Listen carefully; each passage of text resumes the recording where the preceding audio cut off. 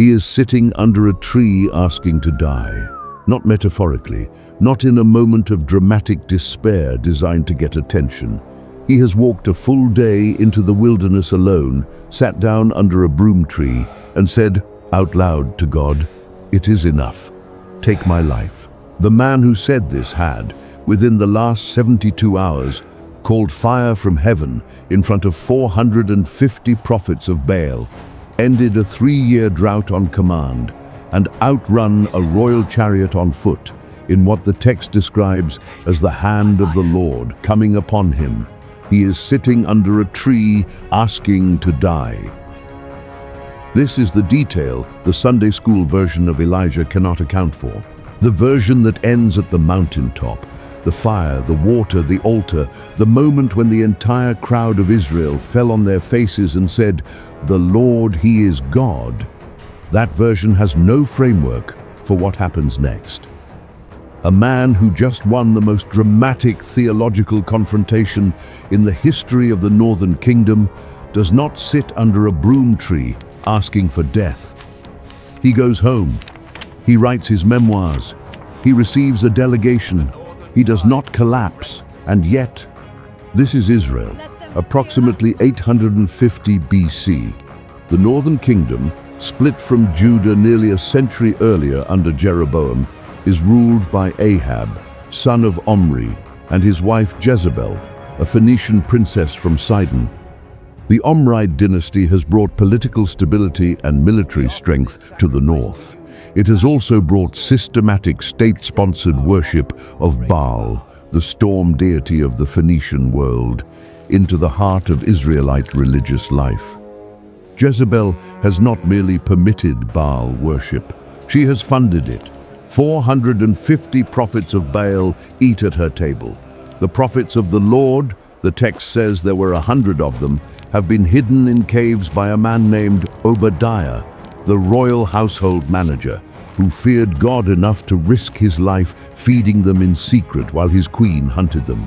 Into this specific political and religious situation, Elijah has been operating for 3 years with a single message. There will be no rain until I say so. 3 years of drought. 3 years of famine. 3 years of a kingdom watching its agricultural base collapse while its queen imported Phoenician priests and built altars to a god whose entire theological domain was weather and fertility and rain. The drought itself is the argument. And now, at Mount Carmel on a ridge overlooking the Mediterranean coast, the argument is about to be resolved in the most direct way possible. The terms of the confrontation are Elijah's. He proposes it, he sets the conditions, and he does so in front of all Israel. The text of 1 Kings, chapter 18, verse 19, says he summoned the people to Mount Carmel, along with the 450 prophets of Baal and the 400 prophets of Asherah who eat at Jezebel's table. 850 prophets on one side, one man on the other. The challenge is simple: 2 bulls, 2 altars, no fire. Whichever God answers by fire, he is God. The people say nothing. The text records their silence with a single phrase: the people said nothing. They have been living in 3 years of drought that Elijah claimed to have caused in the name of a God whose prophets are hiding in caves. They are watching a lone prophet face down the entire religious establishment of the state. They do not know what to say, so Elijah lets the prophets of Baal go first. What follows is one of the most uncomfortable passages in the Hebrew Bible. Uncomfortable not because of what Elijah does, but because of what the text allows him to say while it is happening.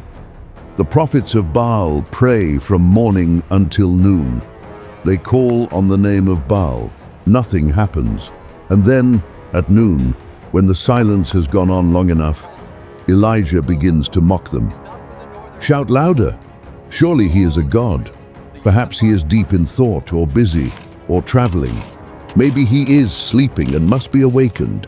The Hebrew word translated as busy in some versions is a euphemism. The original term implies that Baal may be relieving himself. Elijah is not being subtle. The prophets respond by shouting louder and cutting themselves with swords and spears until their blood flowed. A ritual practice the text records without commentary, simply noting that despite their increasingly frantic efforts, there was no response. No one answered. No one paid attention. The afternoon passes. The time of the evening sacrifice arrives, and then Elijah steps forward. What he does next is deliberate in every detail, and the deliberateness is the point. He takes 12 stones, one for each tribe of Israel, including the 10 northern tribes that split from the south and have been operating as a separate kingdom for nearly a century. He is not building an altar for the northern kingdom alone. He is building an altar for all Israel. He digs a trench around it. He arranges the wood. He cuts the bull and places it on the wood. And then he does something that makes no tactical sense whatsoever. He tells them to fill 4 large jars with water and pour it over the offering and the wood. They do it. Do it again, he says. They do it again. Do it a 3rd time. The water runs down the altar, soaks the wood, fills the trench. 12 jars of water in a kingdom that has not seen rain in 3 years. Water that is almost certainly more valuable at this moment than the bull itself. Poured deliberately over an altar that is supposed to be lit by fire from heaven. If the fire does not come, he has just made a spectacular fool of himself in front of all Israel and 850 prophets. He prays for 37 words, not a long prayer, not a theatrical prayer. 37 words in the Hebrew, recorded in 1 Kings chapter 18, verses 36 and 37, that ask for one thing: let it be known that you are God in Israel, and that I am your servant, and that I have done all these things at your word. He is not asking for a miracle to prove his own power. He is asking for a miracle to prove the source of his instruction. The distinction matters, because the entire argument of the last 3 years has been about whether the God of Israel is real and present and active in the life of the northern kingdom. The drought was a statement. The fire is the punctuation. The fire falls.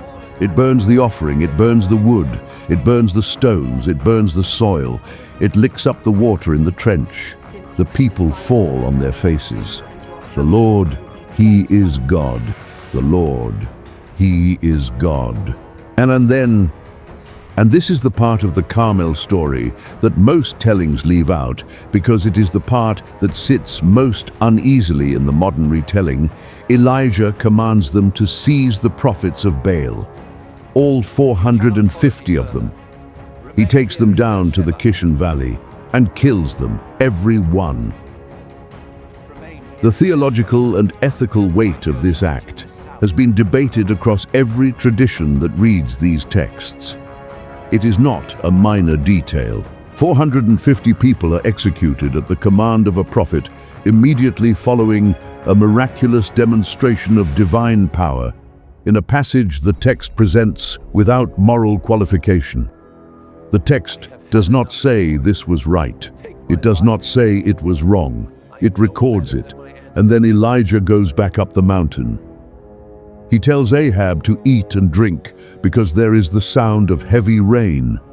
Ahab eats. Elijah climbs to the top of Carmel, bends down to the ground and puts his face between his knees. He sends his servant to look toward the sea 7 times. 6 times the servant returns. Nothing.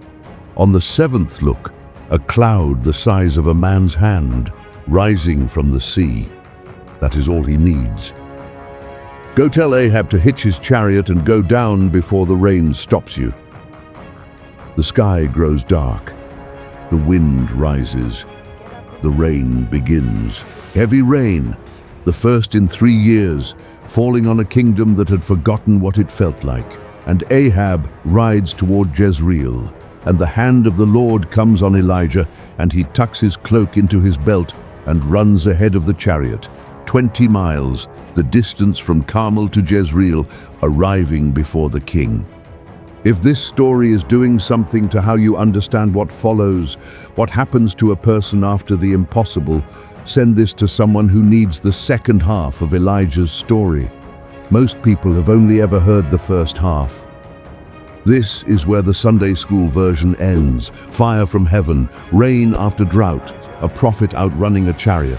The story has a clean arc: conflict, confrontation, victory, vindication.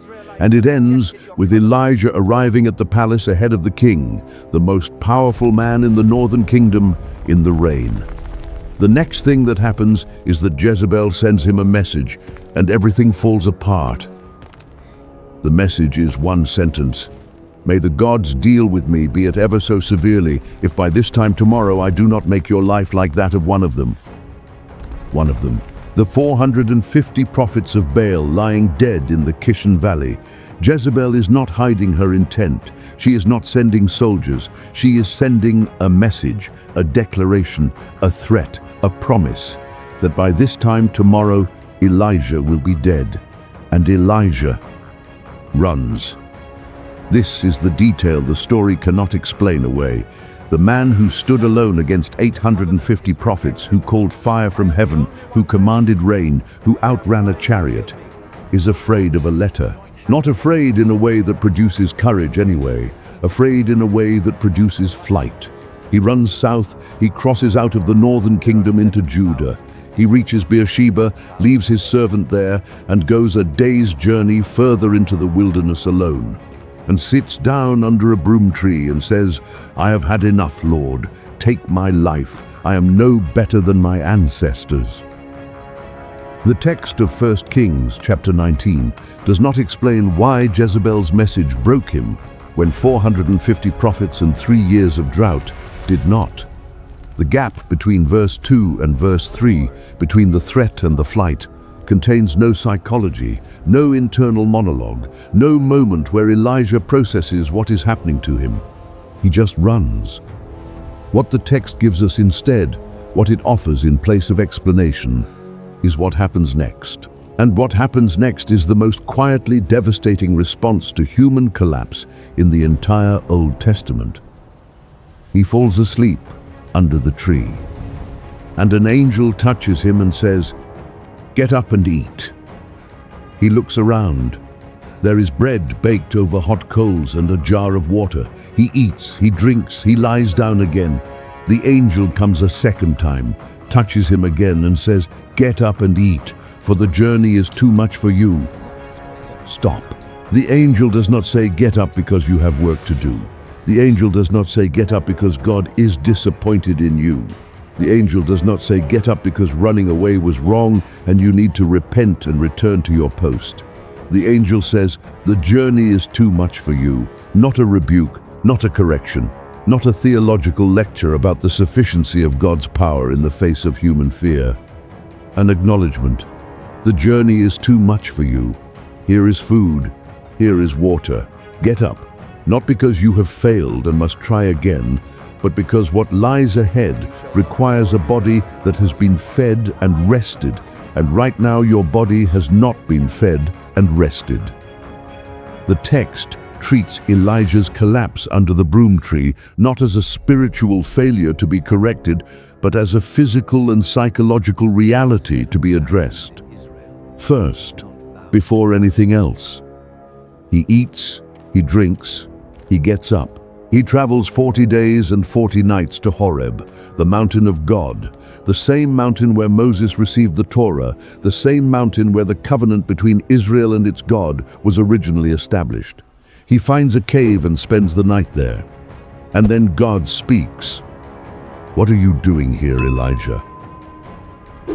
This question has been preached in 100 different directions, as accusation, as gentle rebuke, as an invitation to self-examination. But read it without any of those frameworks, and what you have is a remarkably open question. Not, "Why did you run?" Not, "Why are you afraid of Jezebel when you just called fire from heaven?" Not, "What happened to your faith? What are you doing here?" A question that asks for Elijah's own account of his situation, in his own words, without preloading the answer. Elijah gives it. "I have been very zealous for the Lord God Almighty. The Israelites have rejected your covenant, torn down your altars, and put your prophets to death with the sword. I am the only one left, and now they are trying to kill me too. He is not entirely accurate.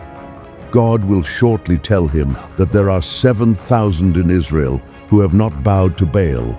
But what Elijah believes in this moment, in this cave, after 40 days of walking, is that he is alone. That the victory at Carmel changed nothing. That Jezebel still rules, the altars are still down, the prophets are still dead, and he is the only one left. The loneliness is not a theological position. It is an experience, and God does not correct it immediately. He tells Elijah to go stand on the mountain.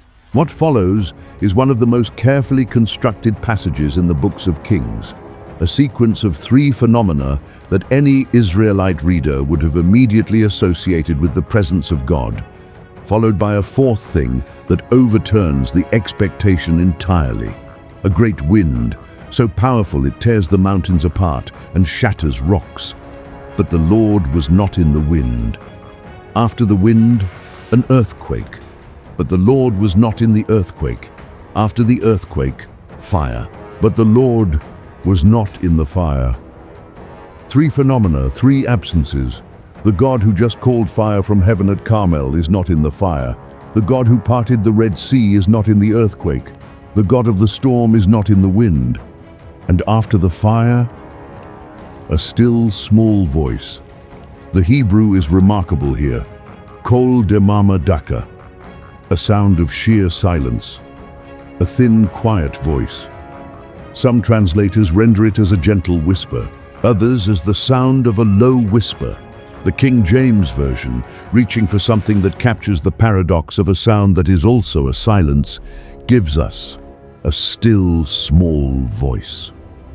When Elijah hears it, not the wind, not the earthquake, not the fire, he wraps his face in his cloak and stands at the entrance to the cave. And the voice asks, again, the same question it asked before. What are you doing here, Elijah? The question has not changed. Elijah's answer has not changed either. He gives the same response, word for word. I have been zealous. The covenant is rejected. The altars are torn down. The prophets are dead. I am the only one left. And now they are trying to kill me. He has just witnessed wind and earthquake and fire. He has just heard the still small voice in a cave on the mountain of God. And his internal state, his experience of loneliness, of being the last one, of a victory that changed nothing, is exactly what it was before any of it happened. The text does not treat this as failure. God gives him 3 concrete tasks. Go back. Anoint Hazael as king over Aram. Anoint Jehu as king over Israel. Anoint Elisha as your successor. And by the way, there are 7,000 in Israel who have not bowed to Baal. You are not the only one left. Elijah is not corrected for his despair. He is given the next thing to do, and he goes and does it. Subscribe if this final story in the series is reshaping how you read the prophets. These 10 stories together have tried to do one thing: return the figures of the ancient world to the full complexity the text actually gives them. The still small voice comes after the fire, not instead of the fire. After it, the fire at Carmel was real. The text does not retract it, does not reframe it as metaphor, does not suggest that the mountaintop victory was somehow less than what it appeared to be. 450 prophets, fire-consuming, water-soaked stone, a kingdom falling on its face. All of it happened, and none of it was enough to keep Elijah out of the wilderness under a broom tree asking to die. What's striking, and this is where Elijah's story connects to something that has nothing to do with 9th century Israel, is the specific sequence the text establishes between the collapse and the response. First, food and water, then sleep, then more food and water, then a journey, then a cave, then the wind and the earthquake and the fire, then the silence, then the question. The sequence does not begin with the question. It begins with bread baked over coals and a jar of water, and an angel who says the journey is too much for you. The text treats the body as the first address, not the only address, not the final address, but the first one.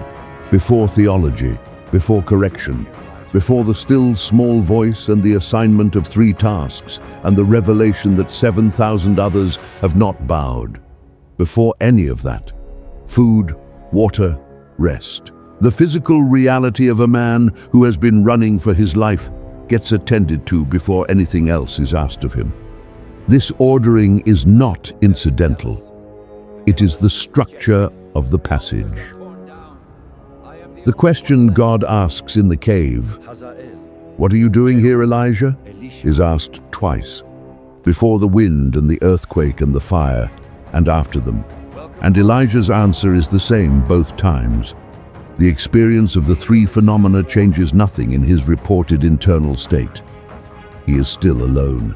The covenant is still rejected. The altars are still down. The still small voice does not fix Elijah's theology or resolve his despair or restore his sense of purpose. It asks him a question, and then it gives him the next thing to do. There are people and places and tasks waiting. Hazael, Jehu, Elisha, and 7,000 in Israel. 7,000 who exist, who have remained faithful, who Elijah did not know about because despair, among other things, makes the people around you invisible. The revelation of the 7,000 is not a rebuke, it is information. Quietly devastating information. You have not been as alone as you believed, delivered after the food, after the rest, after the journey, after the wind and the earthquake and the fire and the silence. The text does not say Elijah felt better after learning this. It says he got up and went. The gap between the fire at Carmel and the broom tree in the wilderness is not a gap the text explains. It presents it as a fact of Elijah's experience, that the most significant public moment of his life was immediately followed by the most private collapse of his life. And it offers no psychological framework for why this is so, because it does not need to. Anyone who has ever done something that required everything they had and then found the aftermath emptier than they expected already knows why. The victory was supposed to change something, and Jezebel was still on the throne. And the rain had come, but the structures of power had not shifted. And Elijah had outrun the chariot and stood in the rain outside Jezreel. And it was not enough, and he did not know what to do with that. So he ran and sat down and said, "It is enough." The 10 stories this series has told have circled from different angles around a single observation that the biblical text makes consistently and that the simplified versions of these stories consistently miss. The figures of the ancient world were not illustrations of theological principles. They were people. Samson conhecia a armadilha. Solomon built the temple and the shrines. Rahab tied the cord before the walls fell. The woman at the well left her jar. Josiah reformed a kingdom that did not survive him. And Elijah, the man the New Testament will place alongside Moses at the Transfiguration, the man Malachi will say will return before the great and terrible day of the Lord, the man who will be taken to heaven in a chariot of fire, sat under a broom tree in the wilderness and asked God to take his life. The text does not edit this out. It is not incidental. It is the story. Type the broom tree. If the collapse after the victory is the part of Elijah's story that named something you have carried.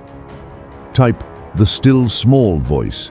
If the sequence, food first, question second, is the part that landed differently than you expected. Or type 7,000 because sometimes the most important thing you learn in the wilderness is that you were never as alone as you believed. These 10 stories are complete. But the ancient world is not out of figures worth returning to. If there is a story from the biblical world, a character, an event, a mystery, that you have always wanted someone to tell the full version of, leave it in the comments below.